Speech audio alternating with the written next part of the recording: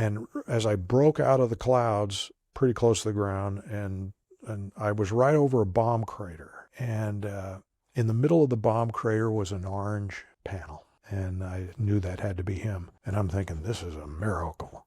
And so I got on the radio and I said, Blue 7, are you in a bomb crater with an orange panel? And he goes, yeah, that's me, that's me. And he says, give me some fighters. I need TAC Air. I said, I'm all you got, but I'm going to give you what I got. And I had those 14 smoke rockets, which are not really offensive weapons, but the NVA didn't like them. And so I said, okay, where is the enemy? And he said, they're all around the bomb crater. Just hit anywhere around the bomb crater. I said, okay, keep your head down. Here I come. And of course, I'm on the radio trying to get word back to Glenn and those other guys, because they were, I think, on the way back right about then, and said, we got a prairie fire. You know, we need choppers out here. And I told them where to come approximately off grid coordinates. And I said, I'm trying to keep their heads down till you can get them out here. And then Glenn and John, Plastic Man, had gone back to Pleiku to get an M16 to come out and shoot out the window. So I fired my rockets. I'd shoot one rocket, maybe two. I'd go through without shooting a rocket sometime just to buy some time. There's a lot of small arms flying around.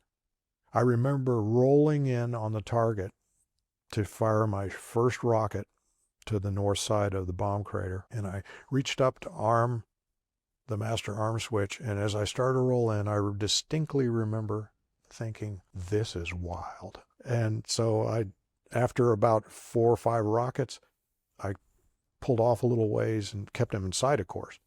But I said, how am I doing? And he said, you're doing great, keep it coming, keep it coming. So I came back and I shot the rest of my rockets and stayed in the area like I was going to, control fighters somewhere. I'm running low on fuel, and I had gone past bingo fuel because I wasn't going to leave. I told him I got a RTB, or I'm going to be down there with you. And in the meantime, Glenn and John were getting real close to, so I flew back. But to get back, I stayed down low, and I kind of was going northeast up the Idrang River Valley at a couple hundred feet. Glenn and John were coming the opposite southwest direction, and we passed each other under the clouds. I looked over at him, and he looked at me, and we did wing rock as we went by. And I didn't know who the other FAC was until the first FAC reunion in the year 2000. And I was standing with Glenn Wright having a beer, and we were talking about our most memorable mission. And I said this, and he said that, and he said that, and I said this. And the next thing you know, we looked at each other and went, you were the other guy?